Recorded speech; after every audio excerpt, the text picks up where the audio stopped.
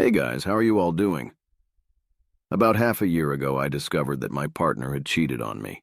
It was a gut-wrenching revelation that shook me to my core. To give you a bit of context, she was here in my country on a partner visa with me, and we had invested 3 years of hard work and nearly $12K in fees and lawyers to make it all work. I could have easily had her deported, and believe me, that thought crossed my mind more than once. But deep down, I knew I didn't want to take that route.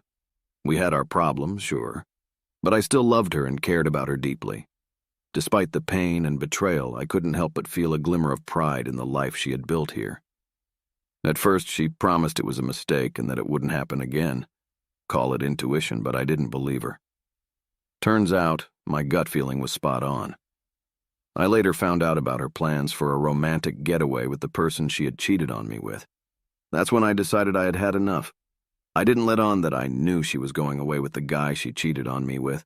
She lied to me and told me she was going with her sister. I kept up the status quo of our relationship. I even dropped her off at the airport. I waited for the moment her flight was landing in this dreamy, tropical paradise. I sent her a message letting her know I was done with her lies. I told her I knew she was cheating on me and that I was going to get her deported. I timed it perfectly, making sure she was out of the country, on vacation, with the guy she had cheated on me with. It was my way of saying, enough is enough. I wasn't actually planning to go through with it, but I just wanted her to believe I would. Can you imagine the psychological torment she would be going through during her romantic holiday with the guy she cheated on me with? For the next 14 days, she pleaded and begged with me, bombarding my phone with text after text.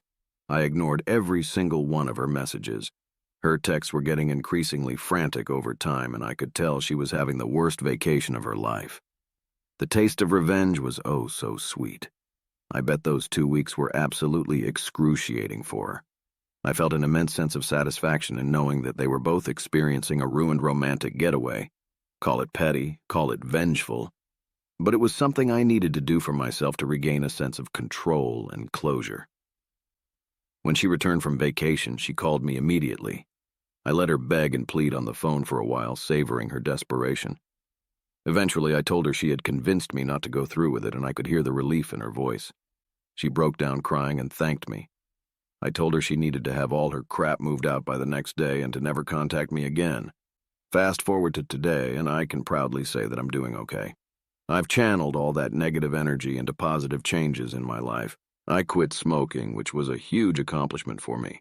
I've been hitting the gym almost every day, sculpting my body and mind, and on weekends you can find me conquering new heights while rock climbing with friends.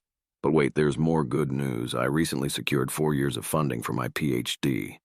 And let me tell you, life is amazing. I never thought I'd be able to turn things around like this, but here I am, stronger, wiser, and more determined than ever. So, to anyone out there going through heartbreak or betrayal, I want you to know that it does get better. It might not seem like it now, but with time, self-love, and maybe a bit of revenge-induced satisfaction, you can emerge from the darkness into the light. Thanks for listening.